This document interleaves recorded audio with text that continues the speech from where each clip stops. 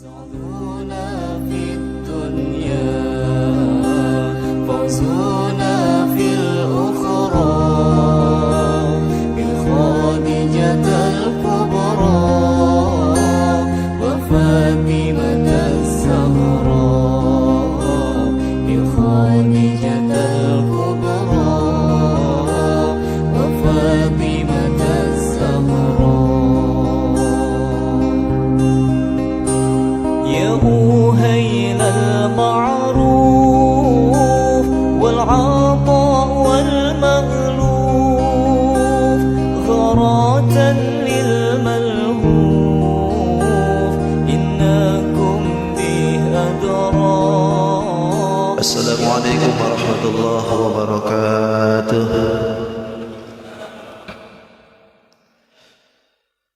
بسم الله الحمد لله والصلاة والسلام على رسول الله سيدنا محمد بن عبد الله وعلى آله وأصحابه ومن تبعه إلى يوم القيامة.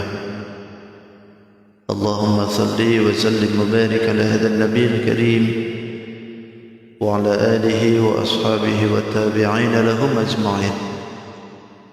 أما بعد،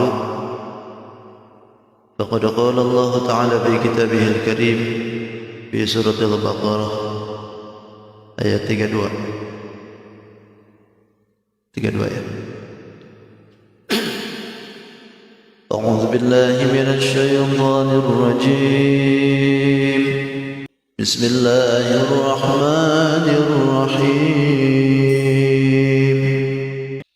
قالوا سبحانك لا علم لنا إلا ما علمتنا إنك أنت العليم الحكيم.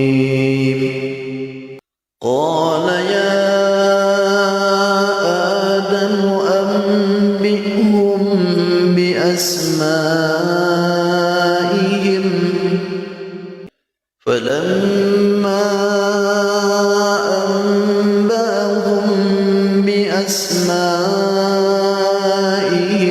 قال ألم أقل لكم إني أعلم غيب السماوات والأرض وأعلم ما تبدون وما كنتم تكتمون.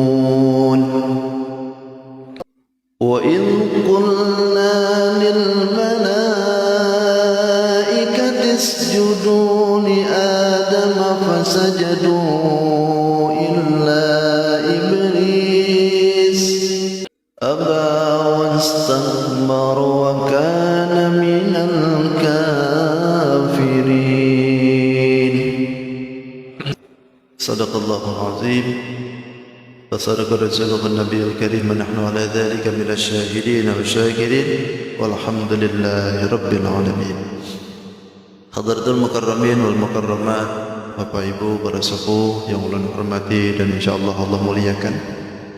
Alhamdulillah di subuh ini kembali kita dipertemukan dalam kajian dan kita diberikan kesempatan kembali guna bisa melaksanakan salat subuh dengan berjamaah. Mudah-mudahan amal ibadah kita senantiasa diterima dan diridai oleh Allah Subhanahu wa taala. Salawat dan salam tidak hentinya semoga dilimpah-ruahkan kepada junjungan alam Sayyidul Mustafa wal Murtada Nabi besar Muhammadin sallallahu alaihi wasallam. Tidak lupa pada keluarganya, para sahabat, para tabi'in, para tabi'ut tabi'in sampai kepada kita yang mudahan kita pun khususnya berkumpul di tempat ini umumnya jami'al muslimin wal muslimat yang selalu mengikuti akan akhlak baginda Rasul nanti di yaumil qiyamah diaku sebagai umatnya. Amin ya rabbal alamin.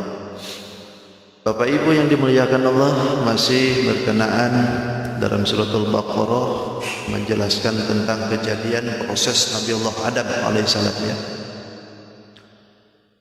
Sebagaimana yang disebutkan kemarin ketika Allah memberitahukan kepada para malaikat akan membuat atau menjadikan satu makhluk yang akan menjadi khalifah di muka bumi.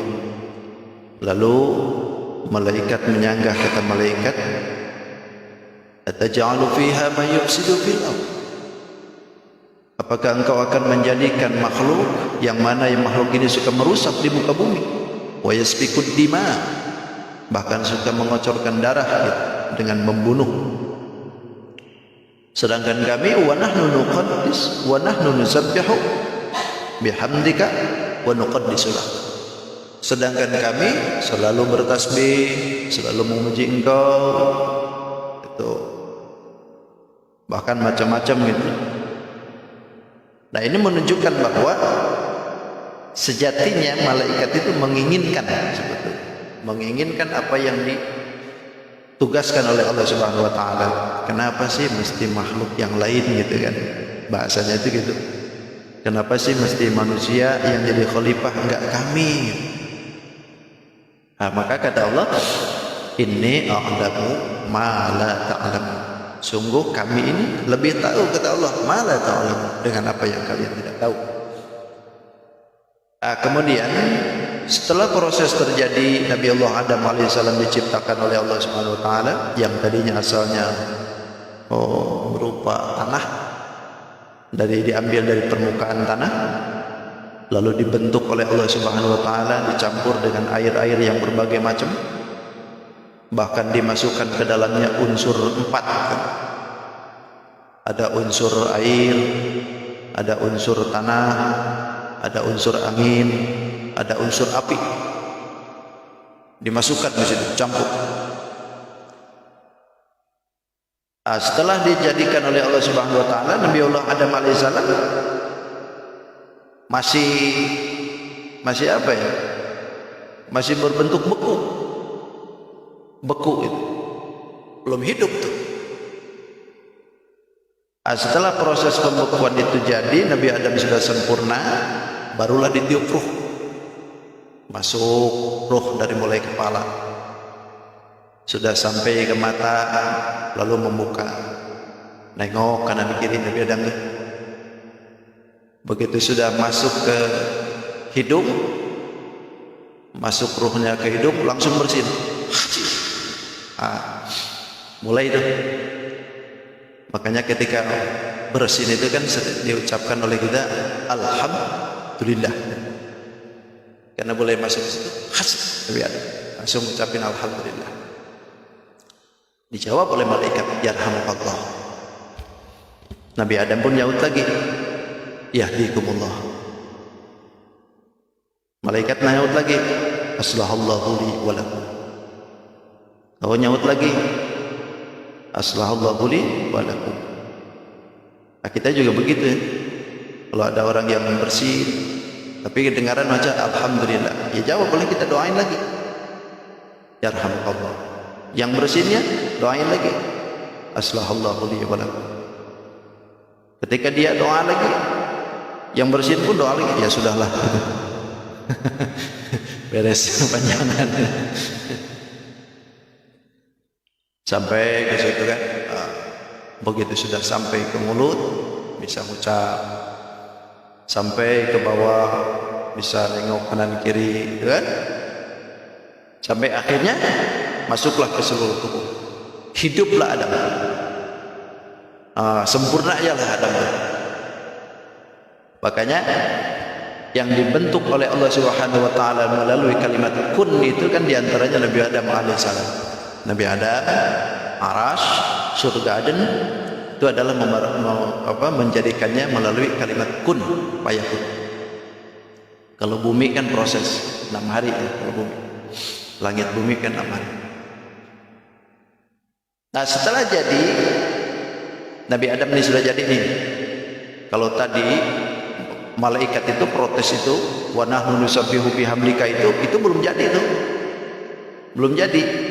Baru mau, tapi dibicarakan dulu gitu. Cuman malaikat belum apa-apa sudah protes. Ya, sudah jadiin tuh. Jadi dari berbagai macam tanah ya, 60 juz tanah. Sehingga karena Nabi Adam dijadikan oleh Allah dari 60 juz tanah, maka umatnya pun turunan-turunan sampai kita ini mempunyai 60 watak. 60 watak masing-masing beda-beda kan. Ini dari sekian ribu jamaah ini beda-beda wataknya. Ada yang keras, ada yang lembut, ada yang biasa gitu. Ada yang kadang keras, kadang lembut gitu. Nah, itu wataknya. Karena 60. Nah, kemudian dimasukkan unsur 4. Ada unsur tanahnya, ada unsur anginnya. Bahkan guru itu menjelaskan, tapi saya belum menemukan itu dari mana keterangannya, bahwa ketika manusia itu ada dari 4 ini tidak seimbang, maka akan terjadi sesuatu dalam dirinya. Kalau kebanyakan tanah itu biasanya hidupnya bungul, susah dipelajarin apa tuh, tambuk aja sudah susah aja. Nah, itu kebanyakan tanah, jadi meplek. Ada yang kedua, kalau kebanyakan angin tuh memang bagus itu, cuman ngembualnya minta ampun. Jadi pembualan aja hidupnya tuh, bohong aja. Banyak angin. Ada yang ketiga, kebanyakan air. Kalau kebanyakan air itu cerdas, ngalir gitu. Cerdas itu orang itu. Kebanyakan air, cepat tangkap kalau apa-apa. Kemudian yang keempat, ada kebanyakan api. Kalau kebanyakan api, dikit-dikit marah-marah, dikit-dikit marah, dikit-dikit banting gelas, banting piring. Nah, itu kebanyakan api itu. Jadi harus seimbang. Seimbangkannya dengan apa? Dengan zikir. Elemen yang 4 itu akan bisa jadi seimbang dengan zikir. Karena itu jadi memerlukan ketenangan. Ala bidzikrillahi tatmainnul qulub. Hanya dengan berzikir tatmainnul qulub akan menjadi tenang hati. Maka ketenangan itu, elemen yang 4 itu bisa jadi tenang lantaran zikir. Kalau tidak ada zikir, jadi enggak seimbang. Enggak seimbang. Sudah jadi tuh bentukan Nabi Adam, lalu diajarin oleh Allah. Wa 'allama Adam al-asma'a kullaha. Diajarin tuh ke Nabi Adam alaihissalam tuh nama-nama asmaul musmiyat, nama-nama benda yang mati, yang hidup. Pokoknya dinamain itu semua Nabi Adam tahu. Bahkan bukan hanya namanya saja, faidahnya pun tahu. Untuk apa-apanya itu tahu. Ini Adam apa nih? Ini daun kelor. Untuk apa? Mentaber bisa. Sebarnya gitu lah. Pokoknya ditafsir satu persatu tahu. Setelah Nabi Adam alaihissalam sudah mengerti semua, nah diajarkannya Nabi Adam itu bukan seperti kita tadi, tapi bi'alqi fi qalbihi umqa, dengan dimasukkan ilmunya ke dalam hatinya. Jadi Nabi Adam itu tiba-tiba tahu sih. Bukan diajarin matematika kayak di bor. itu makhluk kalau begitu. Nah, Allah perlihatkan ke Nabi Adam itu benda-benda seluruhnya.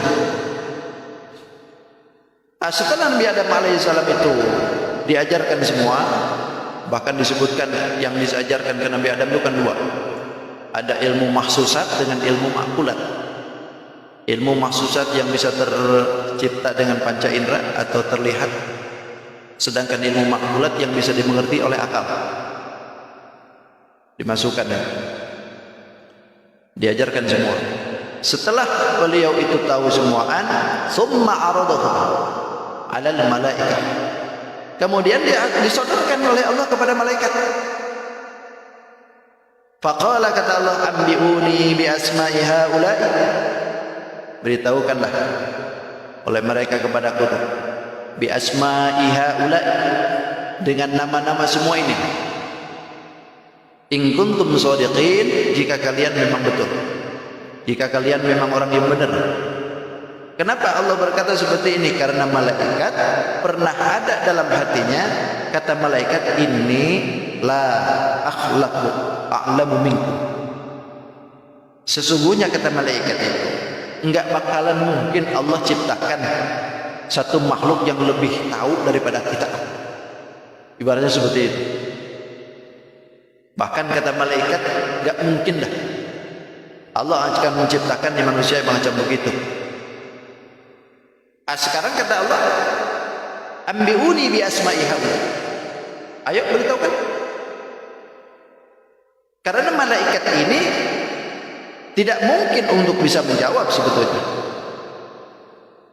Karena ini bagian daripada sesuatu untuk mendohirkan apa yang ada di dalam diri mereka. Sebetulnya liyazharu ilmukum, Allah memberitahukan ambiuni bi asma'i haula itu untuk mendohirkan ilmunya malaikat itu.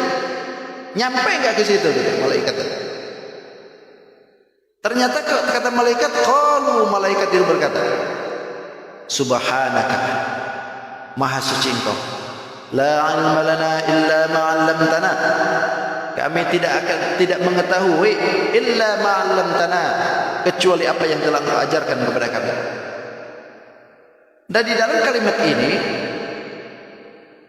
memakai kalimat subhanaka, ini berarti menunjukkan bahwa malaikat ini nyerah nih. Bahkan kalimat subhana yang disodorkan oleh malaikat ini sebagai jawaban muqaddamun lil amril azim, karena ini adalah perkara yang besar yang disodorkan kepada mereka, sehingga mereka itu yang tadinya menganggap bahwa dirinya mereka itu lebih tahu, ternyata tidak ada apa-apanya. Lalu keluarlah kalimat subhanaka, ini berarti tobatnya malaikat, istighfarnya malaikat lah seolah-olah. Sebagaimana yang diucapkan oleh para nabi juga begitu kan. Seperti Nabi Musa alaihissalam kan pernah mengucapkan kalimat tobatnya itu, subhanaka tubtu ilaik, maha suci engkau, tubtu ilaik, aku bertobat kepadamu. Terus Nabi Allah Yunus alaihissalam juga begitu, subhanaka inni kuntu minaz zalimin, gitu kan, pakai kalimat subhana. Karena ini perkaranya bukan kecil, ini perkara besar. Maka malaikat itu taubat, istighfar, memakai kalimat subhana. Karena didohirkan oleh Allah keilmuannya, ternyata tidak ada apa-apanya. Kata malaikat, sudah aja, nyerah sudah. nyerah. Bahkan innaka antal alimul hakim, sesungguhnya engkau ya Allah al-alim, yang mengetahui, al-hakim, yang maha bijaksana. Dalam ayat ini Allah sebutkan kalimat yang pertama al-alim dulu, baru al-hakim. Apa rahasianya di sini? Pertama, disebutkan kalimat al-alim ini karena limunasabati ilmu Adam wala ilma lana. Karena kelayakan ilmunya Nabi Allah Adam alaihissalam tidak akan sama seperti ilmu dengan kita. Maka disebutkan kalimat ilmu dulu baru hakim. Lalu yang kedua, hikmah itu akan bisa muncul, akan keluar setelah adanya ilmu. Jadi ilmu dulu baru hikmah bisa hadir.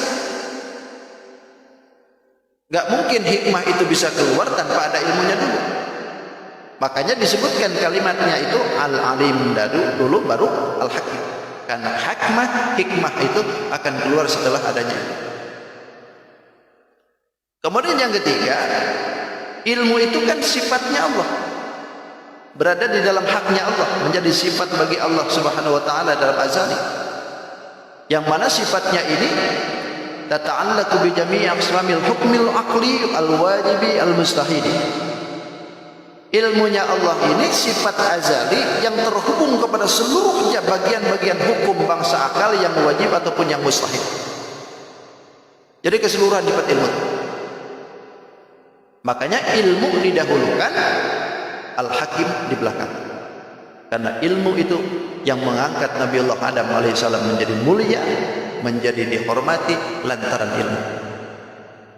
Maka pantas dalam Quran pun, yarfa'illahu alladhina amanu minkum walladhina utul ilma darajat, gitu kan? Allah akan angkat derajat orang-orang yang beriman dan berilmu dengan beberapa tingkatan. Iman, ya berilmu. Itu berarti kalau iman saja masih ngangkat bang, cuman derajatnya tidak seperti orang yang beriman dan berilmu. Itu lalu diajarin yang gaib, yang nampak, yang tidak, itu semua diajarin tuh.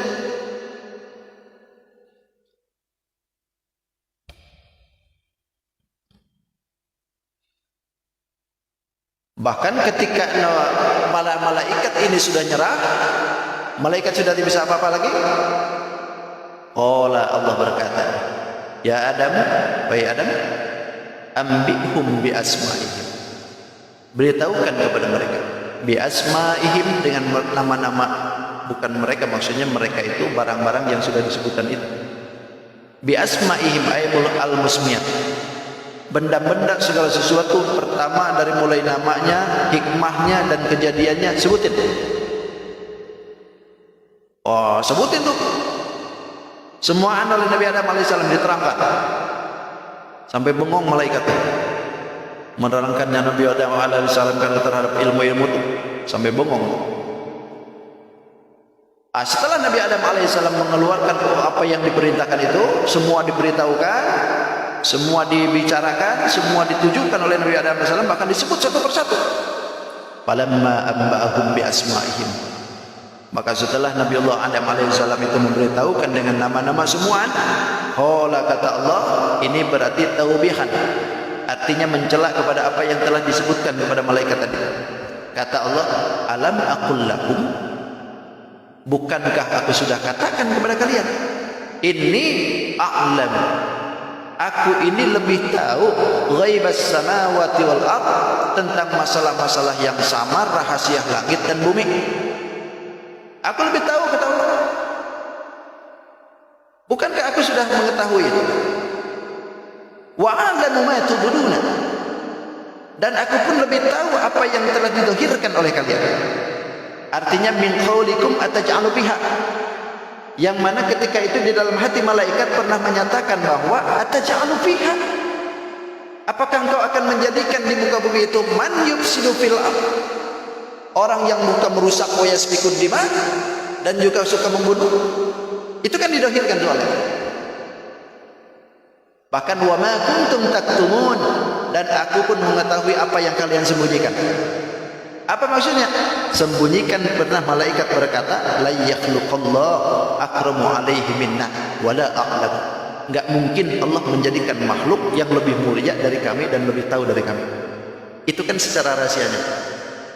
Kata Allah, aku tahu kamu ngomong begitu. Ibaratnya kan begitu. Ditampakkan oleh Nabi Adam alaihissalam, tidak apa-apa. Gak tahu malaikat. Bahkan di dalam kaul Imam Busairi ada yang menyebutkan begini, kayak seolah-olah beda jadi pemahamannya. Laka dzatil ulumi min alimil ghaib wa minha li adamil asma. Ini kalimat-kalimat ini menunjukkan bahwa laka dzatil ilmi, engkau itu adalah asal muasalnya ilmu, min alimil ghaib, dari alam yang gaib. Wa minha, setengah daripada ilmu itu, li adam al asma, nama-nama yang diajarkan kepada Nabi Adam alaihissalam. Nah, di dalam kalimat ini ada menunjukkan seolah-olah beliau itu, Nabi Adam itu hanya mengetahui nama-namanya saja, dunal musmiyat, tidak yang dinamain benda-bendanya, hanya yang disebutin aja, seolah-olah yang lain tidak tahu. Nah, sementara di dalam ayat ini Allah menyebutkan kalimatnya itu diajarkan ke Nabi Adam alaihissalam itu, ya namanya, ya musmiyat, yang dinamain semua, hikmah-hikmahnya. Apa perbedaannya ini? Apakah bisa bertolak belakang seperti ini? Sebetulnya tidak. Sebetulnya tidak. Yang dimaksudkan oleh Imam Busairi itu, kalimat lakadzatul ilmi itu berasalnya itu, kata beliau, asluha, asal muasalnya keilmuan. Jadi laka biulumin itu ada asal muasalnya keilmuan, itu semuaan dari Nabi Muhammad SAW. Makanya beliau menyebutkan bahwa asalnya itu dari Nabi Muhammad. Makanya fa ilmu adamun, ilmunya Nabi Adam alaihissalam itu makhudun bin nabiyina, itu diambil dari Nabi kita Nabi Muhammad SAW. Kenapa? U'tiya aslul ulum. Karena baginda Nabi Muhammad itu diberikan asal muasal ulum, keilmuan. Bahkan disebutkan aslu kulli kamalin, asal muasal seluruh kesempurnaan. Loh, kan Nabi Muhammad belum ada. Nabi Adam kan sudah ada. Nabi Adam itu diadain itu lantaran melihat kepada alam jisim. Pertama ada yang dari alam jisim itu memang Nabiullah Adam alaihissalam. Tapi kalau dilihat secara alam ruh, yang duluan itu adalah Nabiullah Muhammad sallallahu alaihi wasallam. Makanya ada yang disebut dengan Nur Muhammad kan. Karena dari Nur Muhammad itulah Nabiullah Adam alaihissalam itu tercipta. Lebih panjangnya lagi lihatin di dalam kitab Daqaiqul Akhbar. Di situ diterangkan tentang masalah Nur Nabi Muhammad sampai keluarnya Nabi Adam alaihissalam.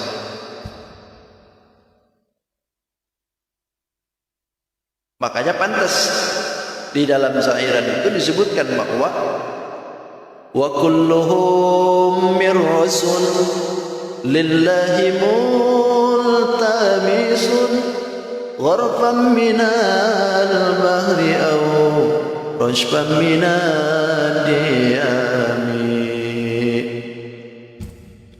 wa kulluhum mir rasul, semuanya dari Rasulullah, Rasul-Rasul itu lillahi multamisun, semuanya itu utusan Allah subhanahu wa ta'ala itu mengambil daripada baginda Rasul keilmuannya.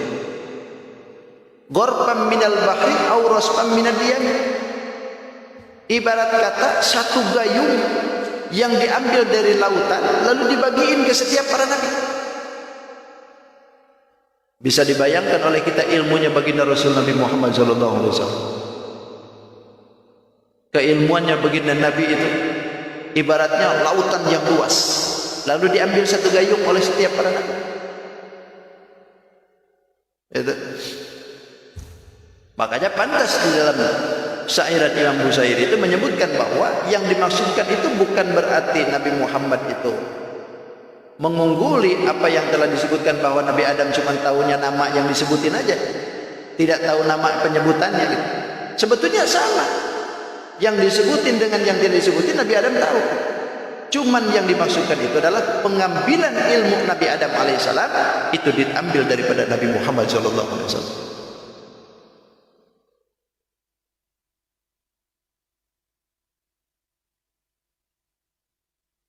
Hebat, luar biasa ya.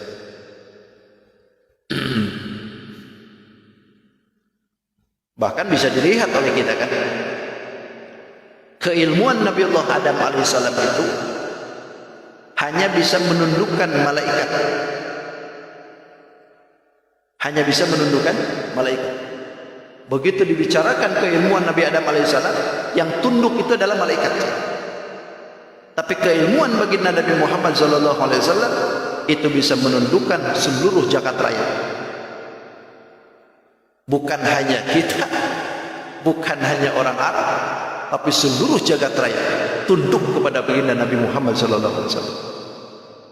Itu membuktikan keilmuan Nabi Muhammad lebih unggul daripada Nabiullah Adam alaihissalam. Sampai malaikat itu tunduk. Semua makhluk di langit tunduk. Iblis saja kada berani macam-macam.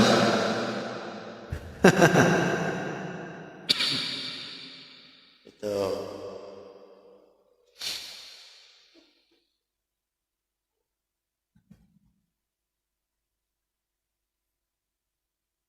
Sampai semua nabi itu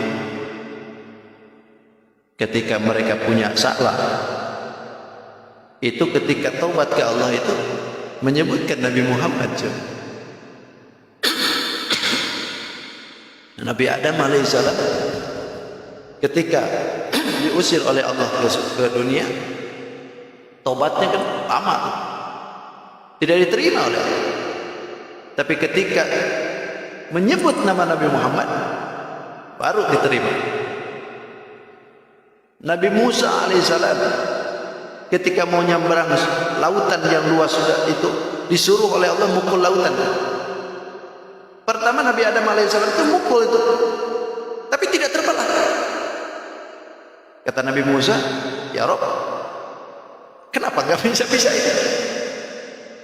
Kata Allah, engkau lupa dengan kekasihku Muhammad. Baru setelah Nabi Musa alaihissalam menyebutkan kalimat Muhammad, bihaqqi Muhammadin, ya Allah, dengan Muhammad, dengan haknya Nabi Muhammad, belah lautan, pukul lautan, belah langsung. Itulah kehebatan baginda Nabi Muhammad sallallahu alaihi wasallam. Allahumma shalli ala sayyidina Muhammad.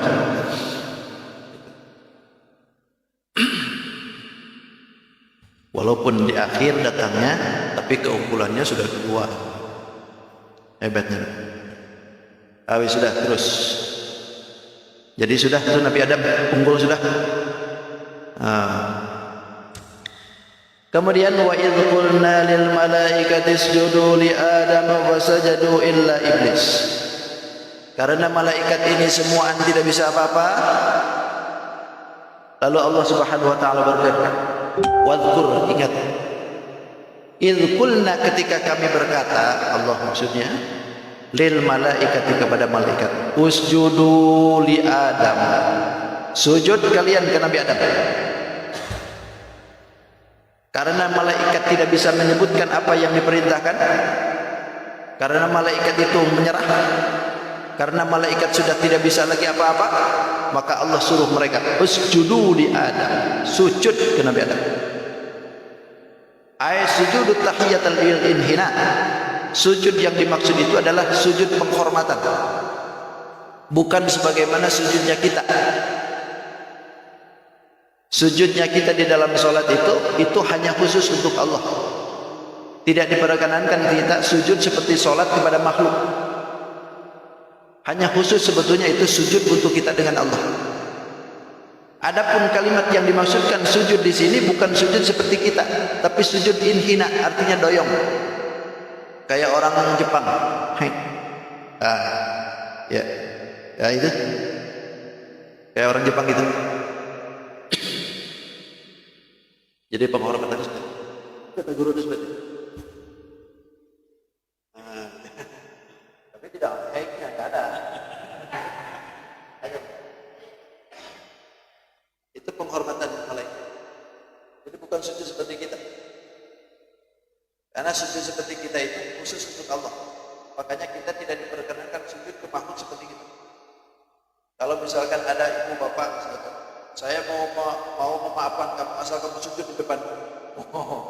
Lalu sujud dia di depan kita, nggak boleh. Nggak boleh begitu. Kalau ada orang yang mau memaafkan kita, lalu dia minta syarat untuk sujud di depannya, nggak boleh. Lantaran sujud kita itu hanya untuk Allah, tidak diperkenankan untuk makhluk. Berarti kalau kita ini sujud macam seperti itu, lalu dengan tujuan kita meminta maaf, tapi kelakuannya apa yang dilakukan sujud seperti itu, musyrik. Dan kalaupun kita mau memaafkan orang, nggak pasti seperti itu, nggak mesti harus seperti itu. Iblis disuruh tobatnya itu hanya menghormati Adam sebetulnya. Iblis itu kalau mau dia tobat, cukup datang ke Nabi Adam, menghormati Adam. Caranya kayak malaikat itu, disuruh gitu aja iblis. Disuruh sujud semuaan, fasajadu. Semua malaikat itu sujud semua, menghormati Nabi Adam alaihissalam. Dengan sujud penghormatan tadi. Ini sujudnya atau penghormatan orang terdahulu pun juga begitu. Jadi orang-orang terdahulu itu, Nabi Allah Adam alaihissalam sampai ke sini, itu semua penghormatan itu seperti itu. Kalau penghormatan kita kan tidak seperti itu. Penghormatan kita itu adalah Assalamualaikum warahmatullahi. Itu adalah penghormatan kita. Jadi nggak mesti Assalamualaikum, nggak mesti begitu. Cukup Assalamualaikum. Itu penghormatan kita. Karena setiap kurun itu ada penghormatan masing-masing. Ada penghormatan. Bahkan di dalam kitab apa itu sebutnya itu? Is'adur Rabbik kalau enggak salah. Di dalam kitab Is'adur Rabbik itu ada berbagai macam penghormatan. Itu saya lupa lagi itu.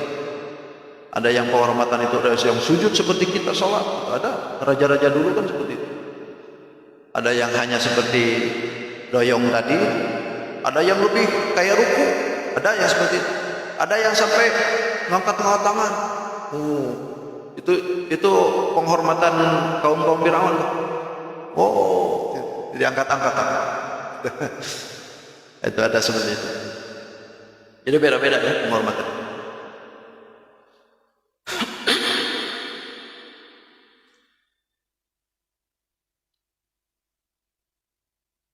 Nah, kenapa malaikat ini disuruh sujud sebetulnya?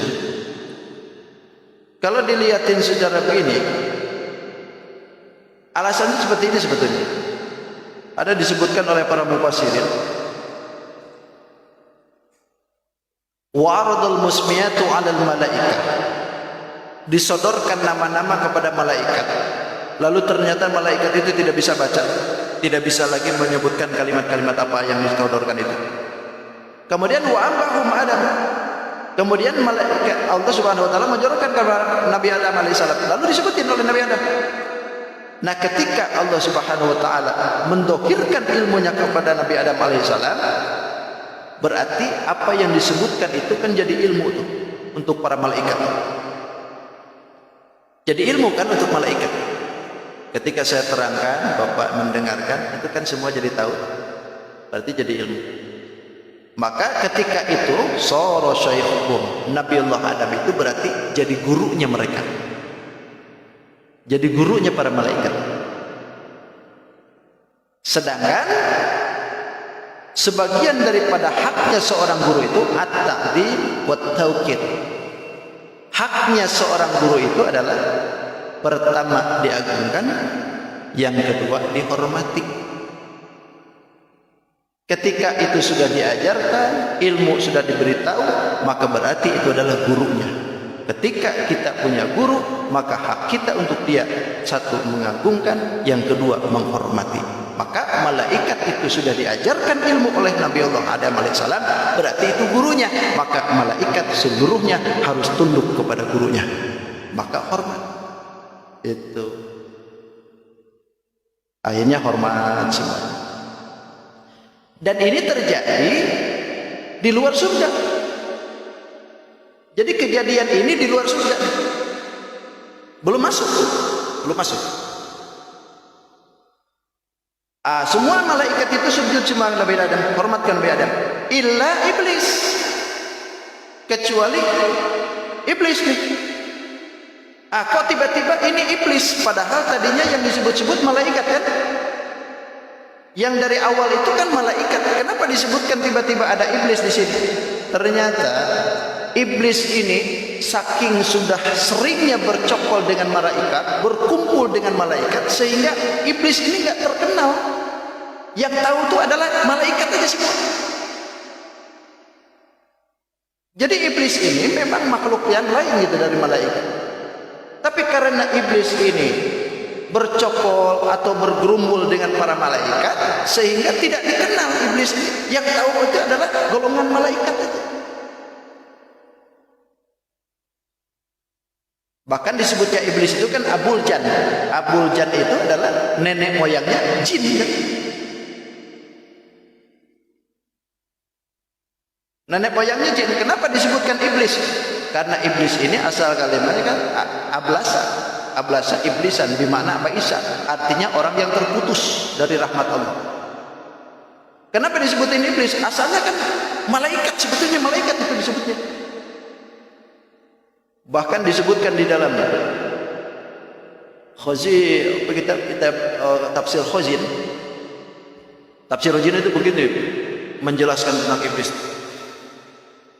Iblis laknatullah itu pernah jadi kuncinya penjaga surga itu sampai 4000 tahun. Jadi tukang penjaga surga 4000 tahun. Bahkan ada yang menyebutkan arba'ina alfasan, 40.000 bahkan. 40.000 kan bukan waktu yang sebentar itu. Jadi tahu seluk-beluknya surga itu iblis. Pojok mana tuh tahu iblis. 40 tahun Pak. muter-muter di situ. Kita aja di rumah 10 tahun tahu tuh. Di mana pojok-pojok situ. Mendetil-detil. Bahkan berkumpul dengan para malaikat, sama-sama bareng-bareng dengan para malaikat itu. Samanina alfasana, 80 tahun. Bareng-bareng dengan malaikat, kumpul dengan malaikat. Kemana-mana gabring-gabring itu 80 tahun. Bahkan wa wa'adul malaika 20 alfasana. Jadi penasehatnya malaikat 20.000 tahun. Ngajarin malaikat, jadi dosen malaikat 20.000 tahun. Jadi lebih cerdas iblis. Pinter, malaikat aja diajarin. Jadi pernah di Unmul itu rupanya ya. Jadi dosen. Makanya jangan salah. Zaman sekarang pun kalau ada yang pinter-pinter itu ngajarin ternyata iblis itu. Karena iblis itu ngajarin malaikat. Yang diajarin bersih-bersih, yang ngajarnya kurang ajar gitu. Wasayyidul karubiyin, bahkan pernah menjadi kepala daripada malaikat karubiyin salasina alfasana, 30.000 tahun. Jadi kepala malaikat karubiyin. Terus lagi wasayyidul ruhaniyin, jadi kepalanya malaikat ruhaniyin alfasana, 1000 tahun. Bahkan watafa haulal arsh 14.000 sana, berkeliling mengelilingi arsy 4.000 tahun, 14.000 tahun. 14 10 dengan 4 berarti 14 tahun mengelilingi arsy. Bahkan nama-namanya pun tidak dikenal iblis di kalangan para malaikat. Bahkan di langit pertama yang terkenal itu adalah abid. Di langit pertama tuh iblis itu terkenalnya abid karena ahli ibadah. Karena pernah tawaf di arsy itu 14.000 tahun. Bahkan di langit kedua terkenal iblis ini adalah az-zahid, orang yang zuhud, suci. Kemudian di langit ketiga terkenalnya al-arif, orang yang makrifat, tahu seluk-beluk tauhid. Ketauhidan itu tahu iblis. Di langit keempat pun terkenalnya al-wali, kekasih, al-wali. Lalu di langit kelima pun terkenal at-taqi, orang yang sangat takut dengan Allah. Di langit keenam pun terkenal al-khazin, yang menguasai al-khazin, kunci, empuknya, eyangnya, atau dengan kata lain, apa tuh, kuncian. Al-khazin di langit ke-7. Bahkan di langit ke-7 itu terkenalnya dengan sebutan Azazil. Azazil. Cuman di Lauh Mahfuz catatan aslinya ditulisnya iblis. Catatan pertama di langit pertama sampai ke-7 itu luar biasa, tapi di Lauh Mahfuznya catatannya iblis. Nah, inilah yang menentukan kan. Berarti kalau sudah di Lauh Mahfuz itu catatannya iblis, lambat laun pun pasti akan terjadi penyimpangan. Nah, ini buktinya. Setelah beribadah sekian lama, ribuan tahun berkumpul dengan malaikat, bahkan diberikan kunci surga, apapun dia tahu, tapi ternyata ketika di Lauh Mahfuznya itu adalah iblis, aba wastakbar, membangkang iblis. Disuruh sujud ke Nabi Adam alaihissalam, aba, iblis enggan. Bahkan wastakbar, keengganannya itu ditumbuhkan dengan kesombongan. Wastakbar itu sombong. Bahkan disebutkan ana khairan minhu, kan, aku ini lebih baik daripada Adam. Khalaqtani min nar wa khalaqtahu min tin. Aku diciptakan dari api, sedangkan Adam dari tanah. Ngapain harus sujud dengan dia? Gitu bahasanya. Karena dia ini mumpang dengan apa yang diperintahkan oleh Allah, tidak mau menghormati Nabiullah Adam alaihissalam, wa kana minal kafirin, jadilah itu iblis jadi kafir.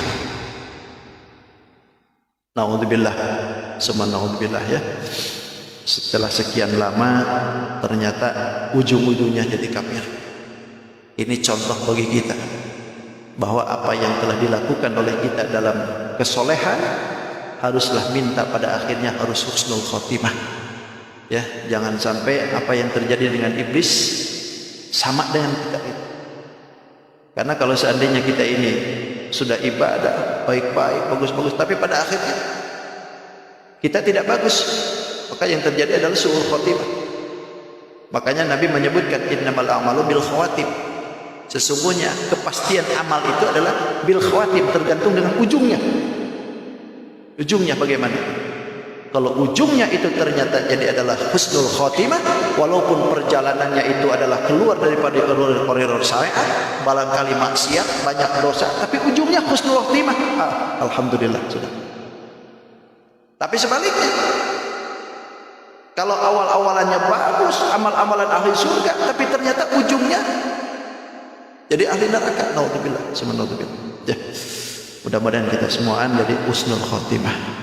Makanya kita mintakan dalam doa, Allahumma inna nas'alukal husnul khotimah wa na'udzubika min su'il khotimah. Setuju? Enggak terasa. Setuju ya. Wa qulna ya Adam, kemudian nanti setelah itu Nabi Adam alaihissalam baru disuruh diam di surga. Bagaimana nanti di surganya? Kita simak nanti, insyaallah. Kita ketemu lagi di waktu yang sama, di tempat yang sama, di channel yang sama, dan di frekuensi yang sama. Kita mudah-mudahan sehat selalu. Ketemu lagi di Sabtu depan insyaallah ya. Jazakallahu khair. Assalamualaikum warahmatullahi wabarakatuh. Allahumma shalli wa sallim ala sayyidina Rasulillah ajma'in. Bismillahirrahmanirrahim. Wassalatu wassalamu ala asyrafil mursalin sayyidina wa maulana Muhammadil amin. Allahumma rabbi anfa'na bima 'allamtana wa rabbi 'allimna alladhi yanfa'una. Rabbi faqihna wa faqih ahlana wa qurbatin lana fi dinina. Tawassalna bi ta'alumin wa sallam bi ta'alimin at-rizqan wasi'ah wa antarzuqal amanah. Rabbana atina fid dunya hasanah wa fil akhirati hasanah wa qina adzaban nar. Walhamdulillahi rabbil alamin. Taqabbalallahu minkum